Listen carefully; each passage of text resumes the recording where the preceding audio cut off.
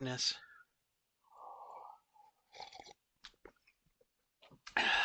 X-ray Delta 1. This is mission control. Hi. Whoops. I want to make a video tonight. It's January 20th, Inauguration Day, which is really, really cool. But I want to make just a talk video about um, personalities and something I'm still kind of working my mind around. So this is probably going to be one of those half-baked, quarter-baked idea videos. But I had made a statement on my Facebook page about um, I really missed me. I really missed my personality when I was on estrogen, when I was injecting estrogen into myself. And a good friend of mine, Jane, she kind of said, "Well, didn't you say that transitioning is in your mind?" She's right. I mean, I said it, but also she's right. And she said, "I don't want to throw your words back at you, but that's what you said, and if it's true." And it kind of got me thinking. I think a large uh, a large part of our transition is in our head.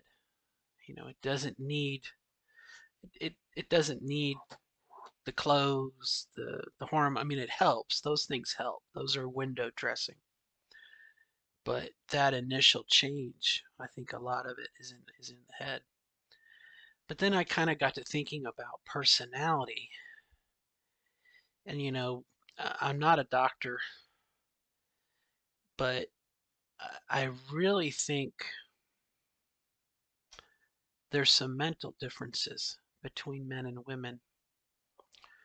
And if our bodies, if when we're born, we're we're we have a set of blueprints in our head, in our bodies, in our DNA. We've got the male set and the female set. And you know in my situation, you know when I was gestating, the body said, "This is a male. Let's give it a penis." And that's kind of how it happened. And in the same way for maybe a trans man, there's this little fetus, and whatever reason, the glands just said, "Okay, let's make it a girl, give it a vagina." But we still have that blueprint within us. And that's what I think happens when we do hormones, is our body just, it's like, "Oh, okay, well, instead of using these plans, what I've been doing, the brain is now telling me to use these plans. So let's, whatever we can recycle, reuse, move stuff around, deplete certain tissues, upper body strength, move things around, body fat, whatever, whatever." But I wonder, in addition to that, about mental changes. You know, the research, what little research I did, and I'll emphasize little research, talked about chemicals in the brain. Serotonin was one of them that estrogen helps to stimulate. And so, you know, in our bodies, we take that in and we take that in, and we're we're given, um, you know, choices. Our personality develops things in those blueprints that we didn't have before. Okay. Neuro connections. What I considered the female mind, the gestalt. Those networks are built.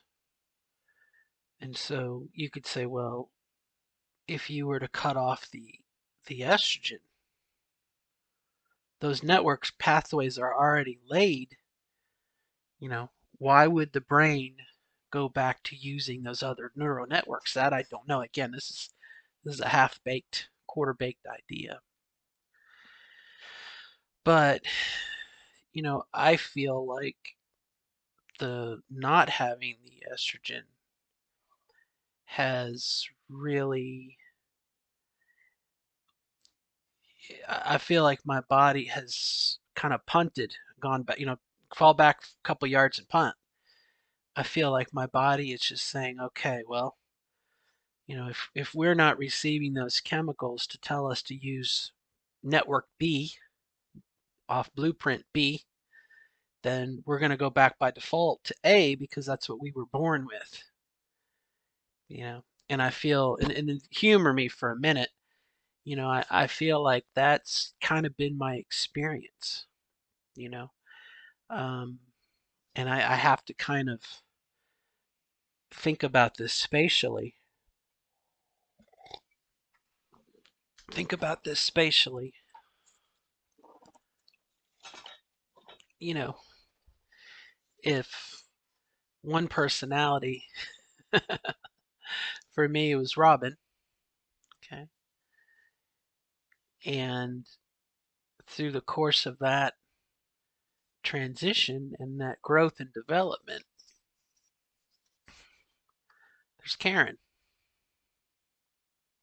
Now, I I tend to believe that inside of Robin was Karen all along.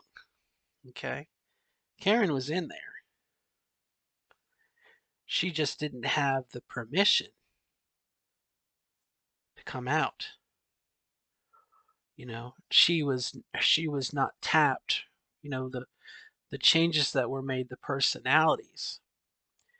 And so again, I feel like taking the estrogen was breaking open, closets that had been locked, and where my feminine, I'm going to say my feminine self, but my feminine personality, my feminine side, or whatnot, was detained.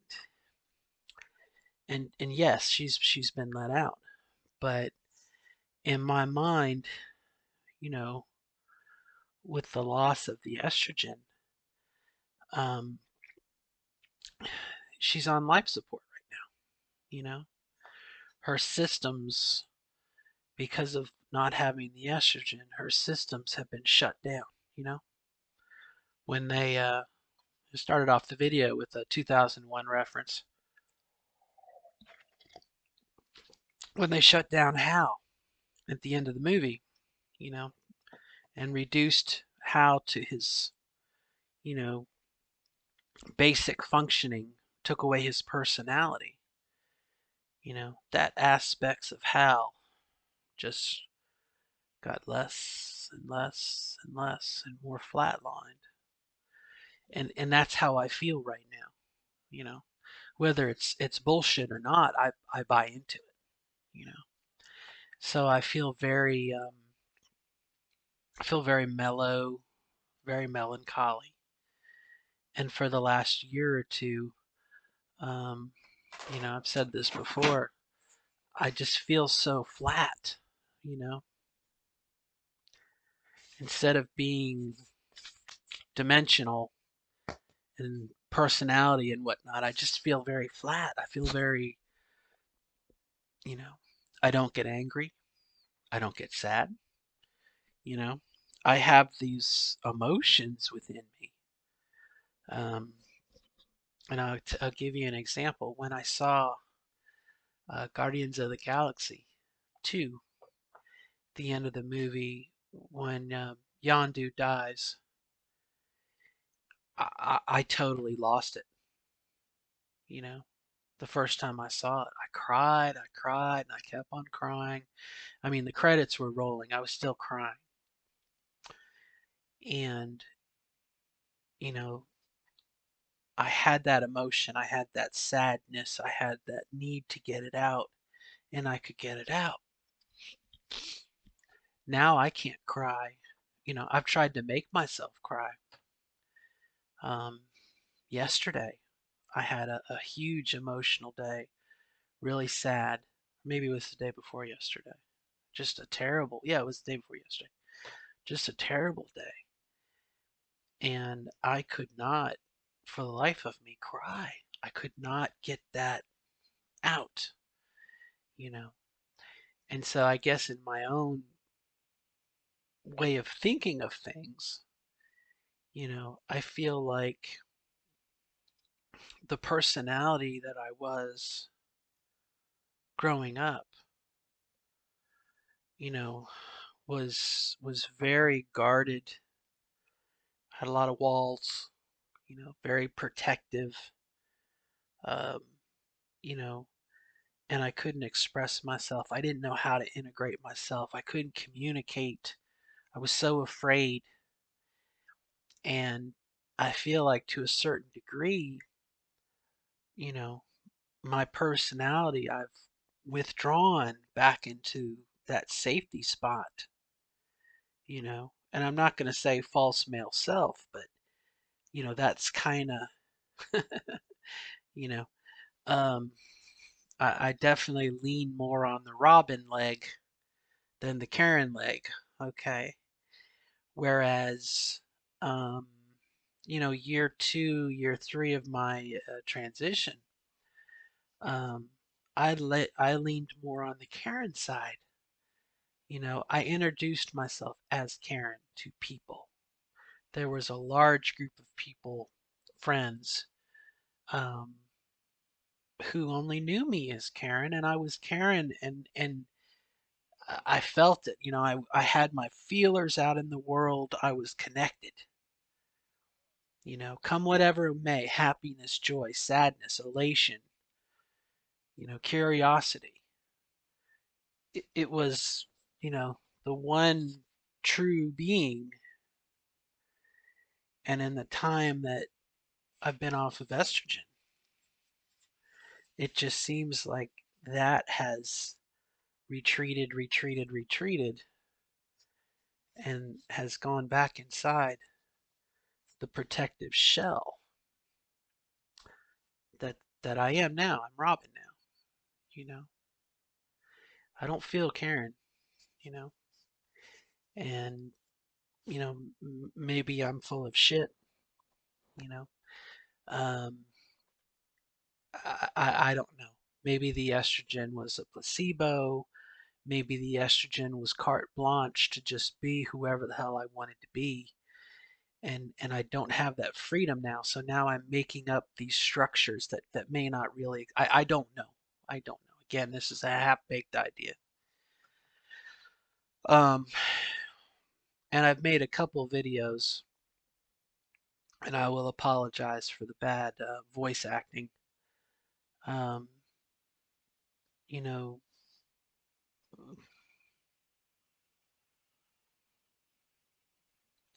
tapping into that core. I want to make a fist because that's kind of violent, but tapping into that core personality, you know, and that would be around the time I was playing D&D with Amber and her crew, and my bard Gwendolyn. You know, that was Gwendolyn was that nugget, and we would play D&D, and I would switch into Gwendolyn. You know, I would become Gwendolyn. I would speak as Gwendolyn, act as Gwendolyn, because we were playing D&D. But I was actually giving it a trial run because if I really liked it, then I was gonna adopt that. I wouldn't be Gwendolyn. Haha. I think I'm a bard in a fantasy realm, but you know, her voice is that little girl voice that's within me. It doesn't sound like my voice the way I'm talking right now, and I'm not even going to attempt to do it because I'd slaughter it. Um, but it was it was reaching in and pulling it all out and holding it before the world and saying this is who I am. And there's a danger there, I think, of being fake, of not being realistic, not being our authentic selves. It is it's a pendulum swing. If over on one side was a hypermasculine self, once those chains are unlocked, we swing over to this other side. Thank you, dear. Isn't she wonderful? My daughter. Um, Swing over to this other side, and huh? Okay, baby, you can. Sorry. It's smoothie night in the Parks household. My daughter's making smoothies. Where were we?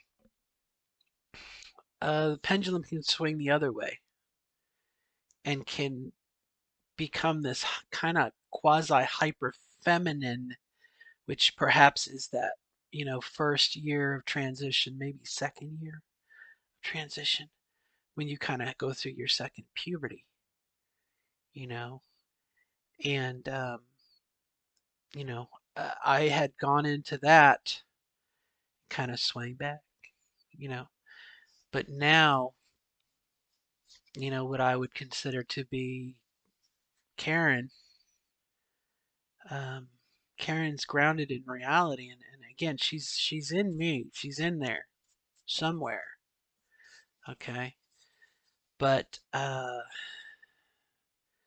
I've had to lean on a lot of my old defensive structures this last year, and I made mention of that too, especially with my ex and child support and other things that have kind of, you know, when the shit falls out of you, when the shit gets pulled, when your life gets pulled out from underneath of you, I think, you go with, I go with what worked, okay, and um, my pendulum on this side, it wasn't hyper masculinity, it wasn't, hunting and tattoos and, other stereotypical behavior that I was programmed with. It was extremely hyper intelligence and, um, Mr. Spock. It was very removed from reality and sensation and emotions. It was very logical. It was very highbrow and well, let me reflect upon what you've said. There was very little humanity there, but it was safe.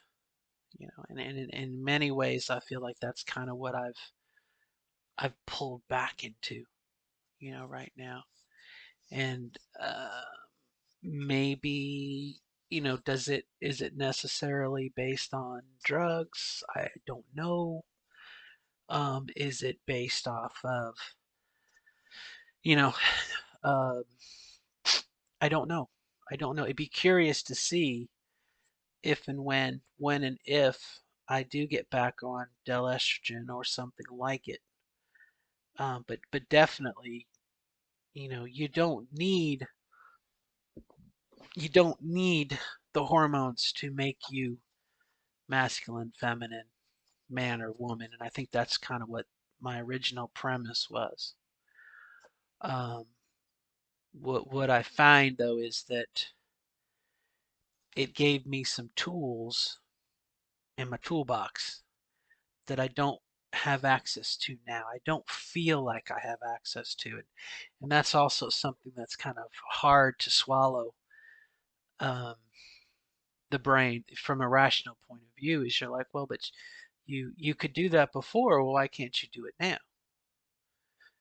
And the feeling is not there. The feeling, you know, and if you'll humor me with some stereotypical assumptions, the woman's intuition, the um, the feeling of interconnectedness with the world around you, the blood, for lack of a better word, you know, the being aware of the phases of the moon, the lunar cycles and its effect on the oceans and the blood, you know, a woman's period, those emotional things. I felt very, very connected holistically, but also physically and biologically, and I don't feel that now. And is it again? Is it all in my head? Is it a crock of shit? I don't know. Um, but it was definitely something that I miss, and I'd be curious to see if I get it back. Now the other thing that kind of popped up when Jane said what she did is, you know, t- transition. You say, well, transition goes on for the rest of your life. You probably would be right, but I think the that part of transition when I had said it's all in your head, it really kind of applied to that initial 2 years, first 2 years, but it probably is for the rest of our lives, you know. But I think probably, you know, probably if you if you were to graph it out, changes with time, you know, it's gonna look like a curve, and the first 2 to 3 years you've got this huge change, and then just nothing. That kind of goes out almost like a parallel line. You know, it's and that's kind of where I'm at. It's this as good as it gets, and da da da da. Um, you know, so I don't know. I don't know. And maybe some of it too had to do with fluctuations in body chemistry. Back when I had, the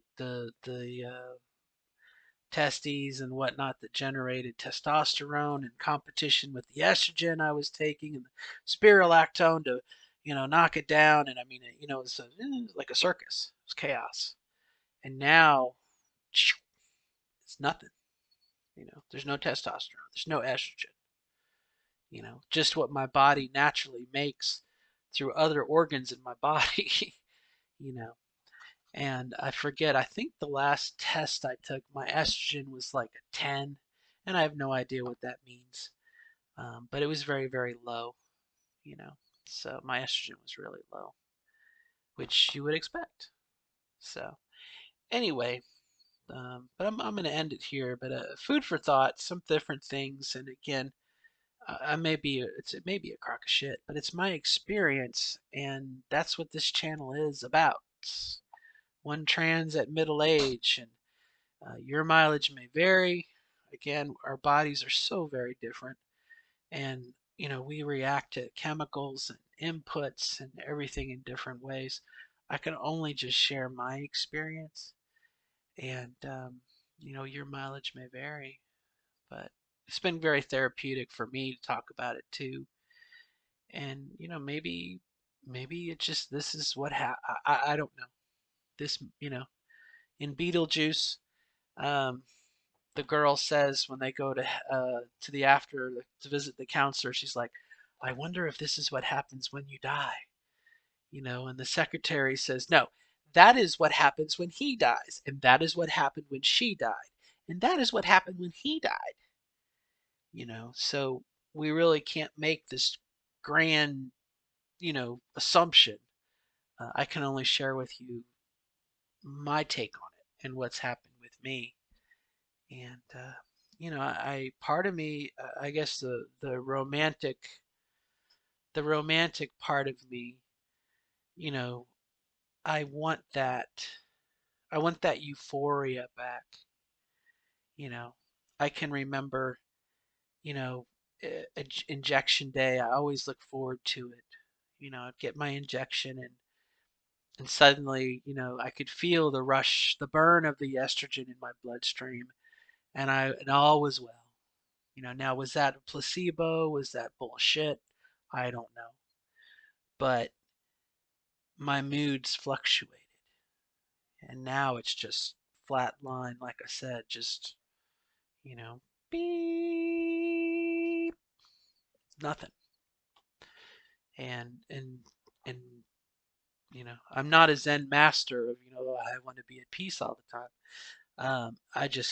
I long for that up and down and that sense of connectedness, the connection with the female energy, which again, uh, you don't have to be a female to be connected to the feminine energy of the universe, passive principles, obviously, but it's just, I don't know, it's something I want, you know. Some people want fame, some people want fortune, some people want new curtains, a new couch. Um, they want to be rid of their neighbors. I just want to get back on estrogen, even if it's just a little bit. Humor me.